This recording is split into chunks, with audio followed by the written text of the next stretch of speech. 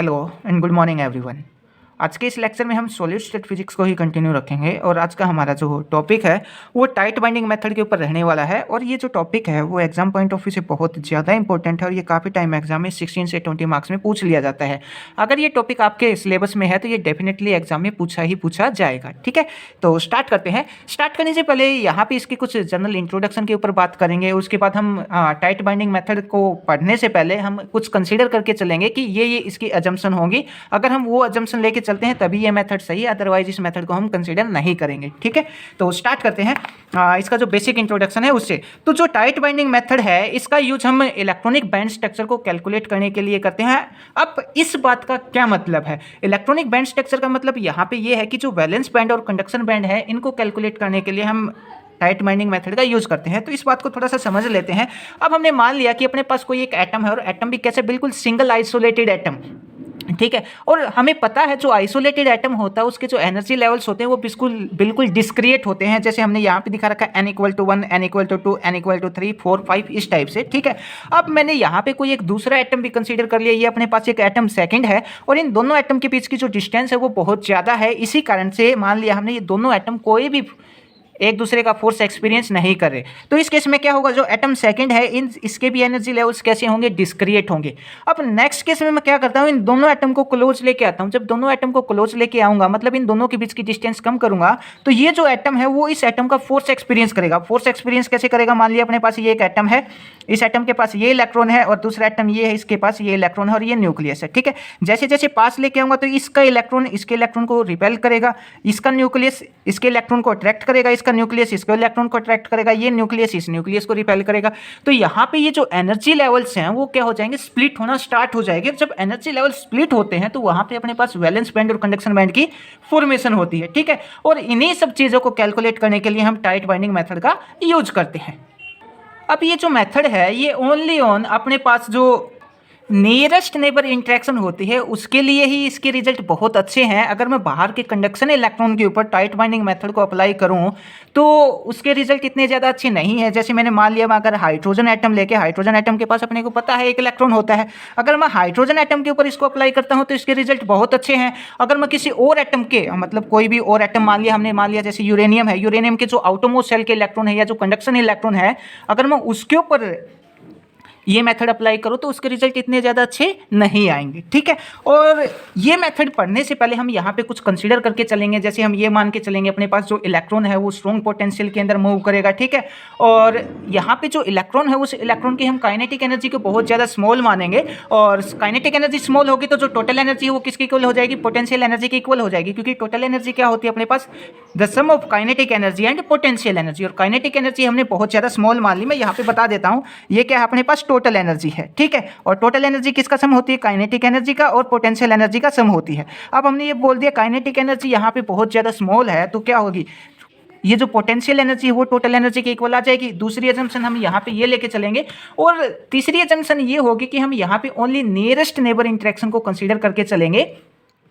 अब nearest interaction का मतलब क्या है, अपने पास जो इलेक्ट्रॉन है वो बहुत ज़्यादा टाइटली बाउंड है। ठीक है, उसको हम क्या बोलेंगे, नियरेस्ट नेबर इंटरेक्शन बोलेंगे। और यही से ये सब कंसीडरेशन आपको यहाँ पे लेके चलनी पड़ेंगी। और एक दो कंसीडरेशन और भी हम ले सकते हैं यहाँ पे, जैसे कि जो अपने पास लेटिस पैरामीटर होगा। लेटिस पैरामीटर हमने पहले वाले लेक्चर्स के अंदर स्टडी किया था जब ब्लोच फंक्शन और ब्लोच थ्योरम के बारे में पढ़ा था या पीरियोडिक पोटेंशियल के बारे में पढ़ा था।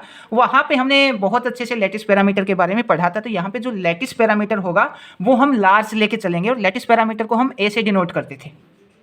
और यहाँ पे एक पॉइंट हम और बोल सकते हैं, ये क्वांटम मैकेनिकल मॉडल है जो अपने को टाइटली बाउंड इलेक्ट्रॉन के, किसी भी सॉलिड के अंदर जो टाइटली बाउंड इलेक्ट्रॉन है उसकी प्रॉपर्टी के बारे में अपने को एक्सप्लेन करके बताता है। ये एक लाइन भी हम इसके अंदर जोड़ सकते हैं।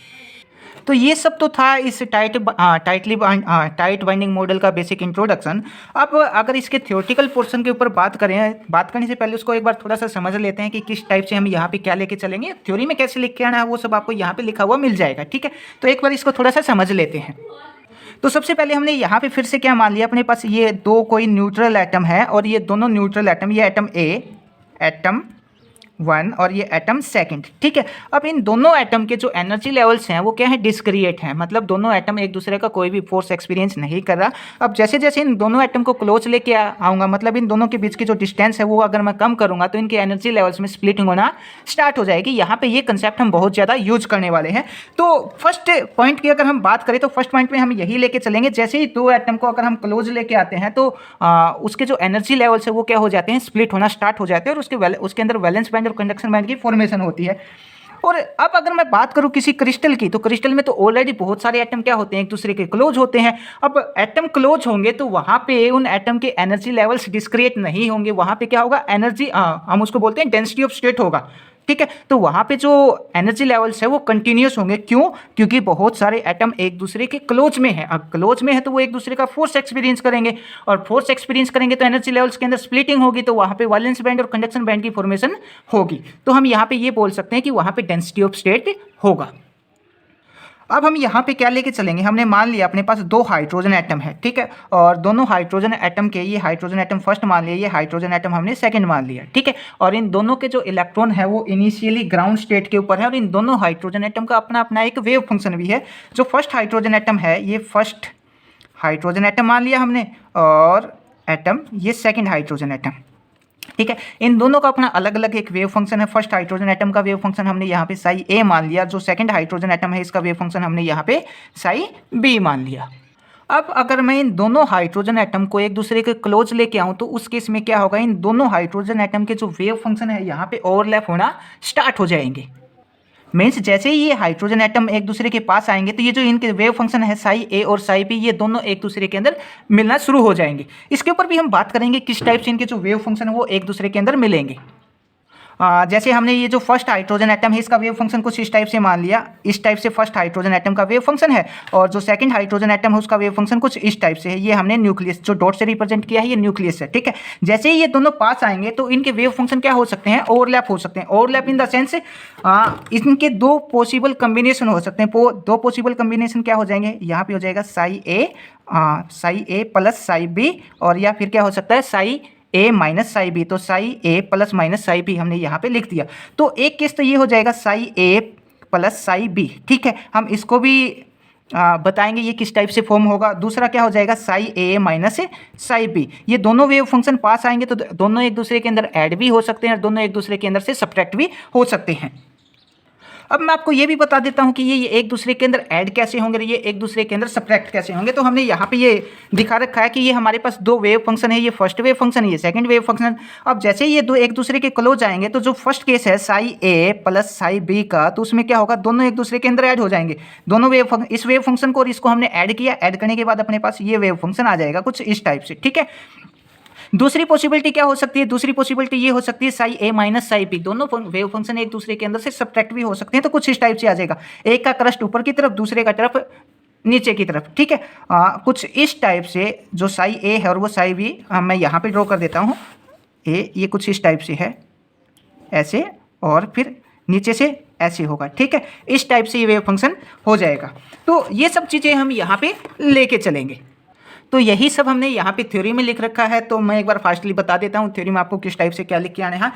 तो let us start with neutral separated atom and their change in the atomic energy levels as the change distribution of adjacent atom और ओवरलैप। यहाँ पे क्या बता रखा है कि अपने पास क्या है, इनिशियली दो न्यूट्रल एटम है, उन दोनों न्यूट्रल एटम के जो इनिशियली मतलब स्टार्टिंग में दोनों न्यूट्रल एटम बहुत ज़्यादा दूर है तो उनके एनर्जी लेवल्स क्या होंगे, डिस्क्रिएट होंगे। जैसे ही उनको पास लेके आएंगे तो क्या होगा, उनके जो एनर्जी लेवल्स है वो ओवरलैप होना, या फिर हम ये बोल सकते हैं उनके अंदर स्प्लिटिंग होना स्टार्ट हो जाएगी। अगर मैं वेव फंक्शन की बात करूँ तो वेव फंक्शन क्या हो जाएगा, ओवरलैप होना स्टार्ट हो जाएगा। When the atom are brought together to form a crystal. अब जब एटम एक दूसरे के क्लोज में आते हैं तो क्या बनता है, क्रिस्टल बनता है। उसके बाद ये बता रखा है consider two hydrogen atom each of electron in ground state. Ground state कौन सी होती है, हाइड्रोजन एटम की 1s होती है। उसके बाद ये बता रखा है दोनों का वेव फंक्शन, मान लिया एक का वेव फंक्शन साई ए है, दूसरे का वेव फंक्शन हमने यहाँ पे साई बी मान लिया। तो साई ए का जो वेव फंक्शन है वो हम कुछ इस टाइप से डिनोट कर देंगे, ठीक है, और जो साई बी का वेव फंक्शन है वो हम कुछ इस टाइप से डिनोट करके बना देंगे। ये सब आपको एग्जाम में लिखना है। और जो बेसिक इंट्रोडक्शन में बताया था वो भी आपको यहाँ पे ऐड करना है। उसके बाद as the atom are brought together and their wave function are overlap, अगर दोनों एटम को मैं पास लेके आता हूं तो इन दोनों एटम के जो वेव फंक्शन है वो यहाँ पे ओवरलैप होंगे। ओवरलैप की बेसिकली दो लीनियर कॉम्बिनेशन हो सकते हैं अपने पास दो वेव फंक्शन है, एक तो साई ए और दूसरा क्या है साई बी। तो इनके दो लीनियर कॉम्बिनेशन हो सकते हैं, पहला तो psi A plus psi B और दूसरा क्या हो जाएगा Sai A minus psi B. ठीक है, पहले हम साई ए और साई बी को डिनोट करें तो इस टाइप से होगा और ये इस टाइप से होगा। ठीक है, ये किसका है psi A plus psi B का है और दूसरा किसका हो जाएगा, ये इस टाइप से साई बी का हो जाएगा। ठीक है, psi A minus psi B का हो जाएगा। उसके बाद क्या बता रखा है, we consider two linear combination, ये हमने ऑलरेडी एक्सप्लेन करके बता दिया दो लीनियर कॉम्बिनेशन। हाँ, अब ये पॉइंट यहाँ पे थोड़ा सा इंपॉर्टेंट है, each combination share an electron with two proton. अब इसके लिए अपने को यहाँ पे हम आगे एक और डायग्राम बनाएंगे, उस डायग्राम की हेल्प से बताएंगे कि जो दो प्रोटोन है वो एक इलेक्ट्रॉन को किस टाइप से शेयर करेंगे जब हम एटम को एक दूसरे के क्लोज लेके आएंगे। मैं यहीं पे बता देता हूँ, मान लिया अपने पास ये हाइड्रोजन एटम ये है, एक हाइड्रोजन एटम ये है। अब मैं इन दोनों को क्लोज लेके आ रहा हूं तो सिचुएशन अपने पास कुछ ऐसी होगी, मान लिया किसी एक टाइम के ऊपर। तो यहाँ पे ये जो दो प्रोटॉन है, एक प्रोटॉन ये है, एक प्रोटॉन ये है, अब ये दोनों प्रोटॉन क्या करे, एक इलेक्ट्रॉन को इसको शेयर करे, और दोनों प्रोटॉन एक इस इलेक्ट्रॉन को शेयर कर रहे हैं। तो हम ये बोल सकते हैं जो दो प्रोटॉन है वो एक इलेक्ट्रॉन के साथ शेयरिंग कर रहे हैं। और ये पॉइंट, अगला जो ये पॉइंट है ये बता रहा है कि साई ए और साई बी की जो एनर्जी है वो लोअर एनर्जी रहेगी और जो दूसरा साई ए और Sai A minus psi B की जो एनर्जी है वो लोअर रहेगी, सॉरी हायर एनर्जी रहेगी। इसकी एनर्जी कम है, इसकी एनर्जी ज़्यादा है। अब ये भी हम आगे बात करेंगे कि Sai A plus psi B की एनर्जी कम क्यों रहेगी और दूसरे की एनर्जी ज़्यादा क्यों रहेगी। तो यहाँ पे इसकी एक्सप्लेनेशन भी दे रखी है कि एनर्जी कम है और एक की एनर्जी ज़्यादा क्यों है। तो psi A plus psi B, the electron spend part of the time या most part of the time in the region midway between the two protons। मतलब टू प्रोटॉन्स का मतलब यहाँ पे इलेक्ट्रॉन, ये कह रहा है कि जो इलेक्ट्रॉन है वो इन दो प्रोटॉन के बीच में बहुत ज़्यादा टाइम स्पेंड करेगा, बहुत ज़्यादा टाइम स्पेंड करेगा। तो यहाँ पे दोनों प्रोटॉन का अट्रैक्टिव पोटेंशियल बहुत ज़्यादा होगा और उस केस में इसकी जो बाइंडिंग एनर्जी है वो बहुत ज़्यादा इंक्रीज हो जाएगी। ठीक है, एक बार फिर बता देता हूँ, अगर Sai A plus psi B के बीच में ये जो बाउंड्री है, इन दोनों के मिड में अगर अपने पास कोई इलेक्ट्रॉन है तो ये प्रोटॉन भी दोनों प्रोटॉन इस इलेक्ट्रॉन को अपनी तरफ अट्रैक्ट करेंगे। उस केस में इस इलेक्ट्रॉन की जो बाइंडिंग एनर्जी है वो बहुत ज़्यादा हो जाएगी। ठीक है, और दूसरे केस में ऐसा नहीं होगा। अब दूसरा केस अगर मैं बात करूँ तो दूसरा केस यहाँ पे क्या होगा, जो साई ए और साई बी है यहाँ पे जो प्रोबेबिलिटी डेंसिटी है, क्योंकि ये ठीक इसके ये ऊपर की तरफ है, दूसरा ठीक इसके नीचे की तरफ आएगा। ठीक है, मैं आपको दिखा देता हूँ एक अलग पेज पे बना के, एक सेकंड। हाँ, मैं यहाँ पे बना के दिखा देता हूँ। एक तो कुछ इस टाइप से होगा, दूसरा बिल्कुल ऐसे होगा और कुछ इस टाइप से होगा। ठीक है, और इसके जो मिड में यहाँ पे इस पॉइंट के ऊपर जो प्रोबेबिलिटी डेंसिटी वो क्या हो जाएगी, एकदम वैनिश हो जाएगी, क्योंकि इसकी प्रोबेबिलिटी डेंसिटी को इसको ये कैंसिल कर देगा, तो यहाँ पे बिल्कुल वैनिश हो जाएगी इस पॉइंट के ऊपर। तो नेक्स्ट पॉइंट में हमने यही बता रखा है, psi A and Sai B the probability density vanish Midway between the nuclei and extra binding energy does not appear. अब यहाँ पे प्रोबेबिलिटी डेंसिटी तो क्या होगी, वैनिश होगी, एक दूसरे का अट्रैक्शन, वहाँ पे जो पार्टिकल है या जो इलेक्ट्रॉन है मिडवे में उसके ऊपर जो टोटल अट्रैक्शन है वो क्या है, इक्वल एंड अपोजिट है। इक्वल एंड अपोजिट है तो वो एक दूसरे को कैंसिल कर देगा, तो वहाँ पे कोई भी एक्स्ट्रा बाइंडिंग एनर्जी अपीयर नहीं होगी। उसके बाद नेक्स्ट में बता रहा है, free atom are brought together the coulombian interaction between the atom cores and their electron. अब यही है, इलेक्ट्रॉन उन दोनों के बीच में फ्री है, दोनों न्यूक्लियस के बीच में फ्री है। न्यूक्लियस पे पॉजिटिव है, इलेक्ट्रॉन पे नेगेटिव है, तो वहाँ पे क्या होगा, इलेक्ट्रोस्टैटिक से इंटरेक्शन होगा यहाँ पर, या फिर हम ये बोल सकते हैं वहाँ पे कुछ ना कुछ कोलम्बियन इंटरेक्शन भी होगी। उसके बाद नेक्स्ट पॉइंट में ये बता रखा है कि जैसे ही कोलम्बियन इंटरेक्शन होगी तो वहाँ पे जो एनर्जी लेवल है वो स्प्रेड या फिर फैलना शुरू हो जाएंगे, या फिर मैं ये भी बोल सकता हूँ कि वहाँ पे वैलेंस बैंड और कंडक्शन बैंड की फॉर्मेशन होना स्टार्ट हो जाएगी। क्योंकि हमने पहले ही पॉइंट में ये बताया था कि टाइट बाइंडिंग अप्रोक्सीमेशन की हेल्प से हम जो इलेक्ट्रॉनिक बैंड स्ट्रक्चर है उनको कैलकुलेट करते हैं। ठीक है, अब यहाँ पे हमने एक लिख रखा है LCO।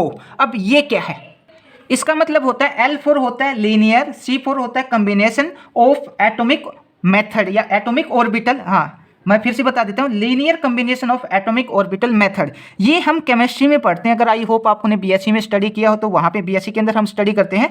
अब बीएससी वाले मटेरियल का यहाँ पे, केमिस्ट्री वाले मटेरियल का यहाँ पे क्या लेना देना है वो भी बात कर लेते हैं।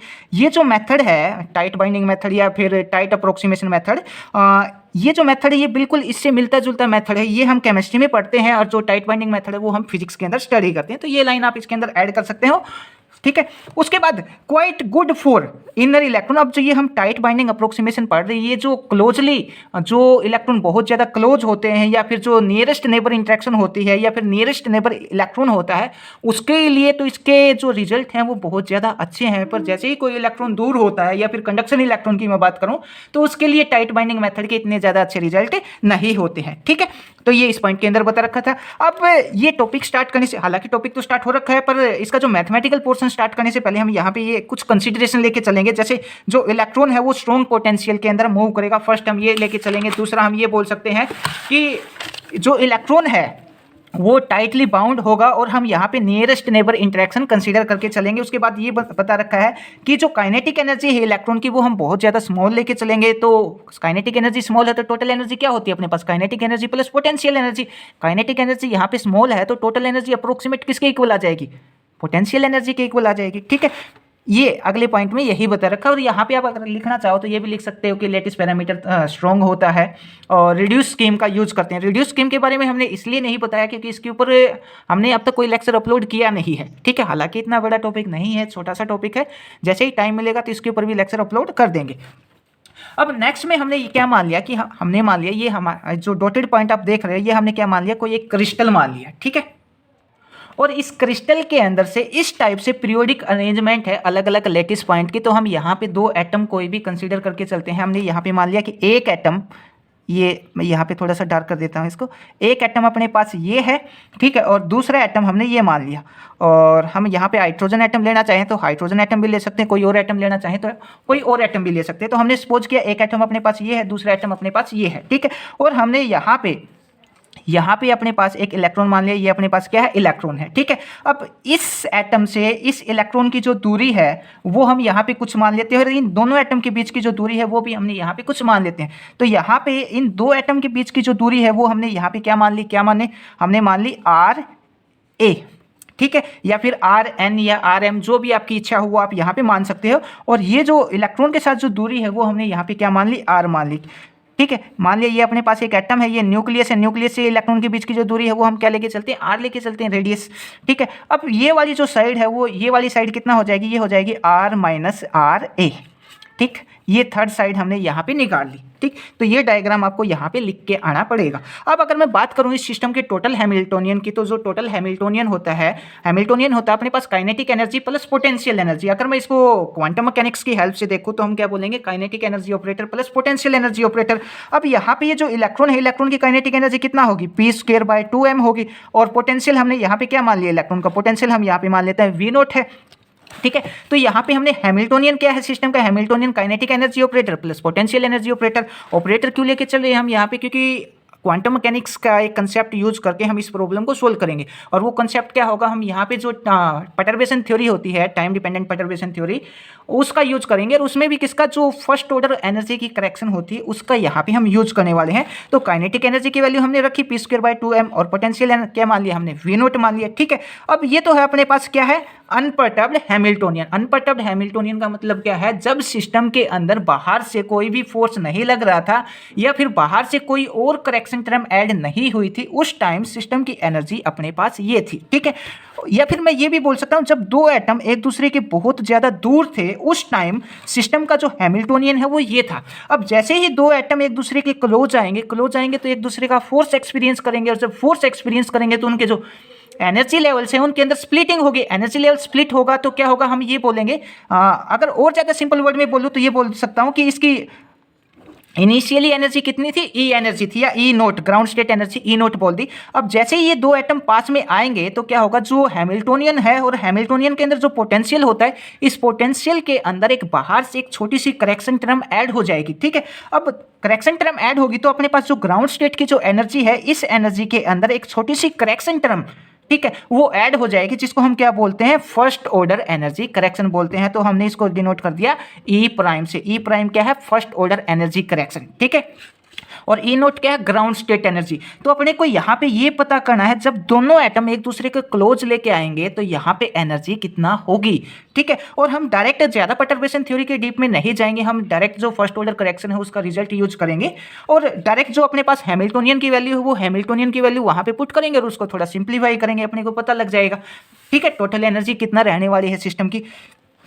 तो अब इनिशियली तो एनर्जी कितनी थी, ई नोट, बाहर से एक करेक्शन टर्म और ऐड होगी यहाँ पे, तो पहले तो वो करेक्शन टर्म अपने को निकालनी है, फिर वो करेक्शन टर्म इसके अंदर ऐड करेंगे तो सिस्टम की टोटल एनर्जी अपने को पता लग जाएगी, ठीक है। तो ये सारा का सारा टास्क है अभी अपना, ठीक है। तो हमने यहाँ पे लिख रखा है जो एच है वो हमने क्या मान लिया, टोटल हैमिल्टोनियन, और एच नोट क्या है, ये अपने पास एच नोट है जब सिस्टम के अंदर बाहर से कोई भी डिस्टर्बेंस क्रिएट नहीं कर रखी थी। जैसे ही डिस्टर्बेंस क्रिएट करता हूँ तो उस सिस्टम के अंदर एक स्मॉल सी जो स्मॉल सा हैमिल्टोनियन है वो क्या हो जाएगा, ऐड हो जाएगा। अब स्मॉल सा हैमिल्टोनियन क्या ऐड होगा यहाँ पे, आर माइनस आर ए, क्योंकि जैसे ही ये दो एटम एक दूसरे के क्लोज आएंगे तो यहाँ पे जो पोटेंशियल है, पोटेंशियल एनर्जी की जो टर्म है उसके अंदर एक small C correction term add हो जाएगी। और पोटेंशियल हम क्या लिख सकते हैं, पोटेंशियल को हम यहाँ पे लिख सकते हैं V और R माइनस आर ए। ये हमने पोटेंशियल की जो करेक्शन टर्म ऐड हुई है पोटेंशियल, मेन पोटेंशियल के अंदर वो ये वाली टर्म ऐड हुई है, तो हम इसको बोल सकते हैं परटर्ब्ड हैमिल्टोनियन, ठीक है। यहाँ पे ये सब लिख रखा है। उसके बाद हम यहाँ पे यूज करेंगे किसका, टाइम डिपेंडेंट परटर्बेशन थ्योरी का, और उसमें भी जो फर्स्ट ऑर्डर करेक्शन होती है उसके ऊपर। अब अगर मैं बात करूँ टाइम, ये जो परटर्बेशन थ्योरी है अगर आपको इसके बारे में नहीं पता है तो कोई दिक्कत की बात नहीं है। ये मैंने ऑलरेडी इसके दोनों के वीडियो अपलोड कर रखे, टाइम डिपेंडेंट पे भी इंडिपेंडेंट पे भी, इसका जो जनरल इंट्रोडक्शन है और इनकी जो एप्लीकेशन है इन सब के ऊपर लेक्चर अपलोड कर रखा है। उसका लिंक आपको या तो डिस्क्रिप्शन बॉक्स में मिल जाएगा या फिर आप सर्च कर सकते हो परटर्बेशन थ्योरी बाय कांस्टेंट पागल, तो आपको वैसे भी मिल जाएगा, ठीक है। तो हम यहाँ पे यूज करेंगे किसका, परटर्बेशन थ्योरी का, और परटर्बेशन थ्योरी में जो फर्स्ट ऑर्डर करेक्शन होती है एनर्जी में उसका यूज करेंगे। अब जो फर्स्ट ऑर्डर करेक्शन होती है वो क्या होती है, अपने पास जो अनपर्टर्ब्ड हैमिल्टोनियन होता है उसकी एक्सपेक्टेशन वैल्यू ही होती है, या अगर और ज़्यादा सिंप्लीफाइड फॉर्म में लिखना चाहूँ तो मैं यहाँ पे क्या लिख सकता हूँ कि एक सेकेंड, यहाँ पे हम लिखेंगे के एच प्राइम और के, और साथ में ये दोनों स्टेट क्या रहेंगी, दोनों स्टेट सेम रहेंगी यहाँ पे। और किसी फॉर्म में लिखना चाहूँ, अगर आपने किसी और फॉर्म में पढ़ा हो तो हम यहाँ पे लिखेंगे एच प्राइम और यहाँ पे साई और यहाँ पे ये, ठीक है, इस फॉर्म में भी मिल सकता है। अब अगर इसको मैं किसी और फॉर्म में लिखना चाहूँ या फिर इसको डायरेक्ट तो ऐसे सोल्व नहीं कर सकते, क्योंकि अपने को यहाँ पे एक वेव फंक्शन एज्यूम करना पड़ेगा। वेव फंक्शन साई की वैल्यू हम यहाँ पे रखेंगे और जो वेव फंक्शन है वो हम ब्लोच थ्योरम वाला उठाएंगे जो हमने ब्लोच थ्योरम में लिया था, ठीक है। तो वो हम यहाँ पे पुट करेंगे, एच की वैल्यू पुट करेंगे, सिंपल सा इंटीग्रेशन सोल्व करेंगे, अपने पास आ जाएगा टाइट बाइंडिंग मेथड का जो रिजल्ट है वो, ठीक है। तो हम यहाँ पे इस चीज़ को किस टाइप से लिख सकते हैं, ये वाली जो टर्म है इसको हम सिंप्लीफाइड फॉर्म में अगर लिखना चाहें तो कैसे लिख सकते हैं, इसको हमने लिखा E equal to integration psi का कॉन्जुगेट, ठीक है।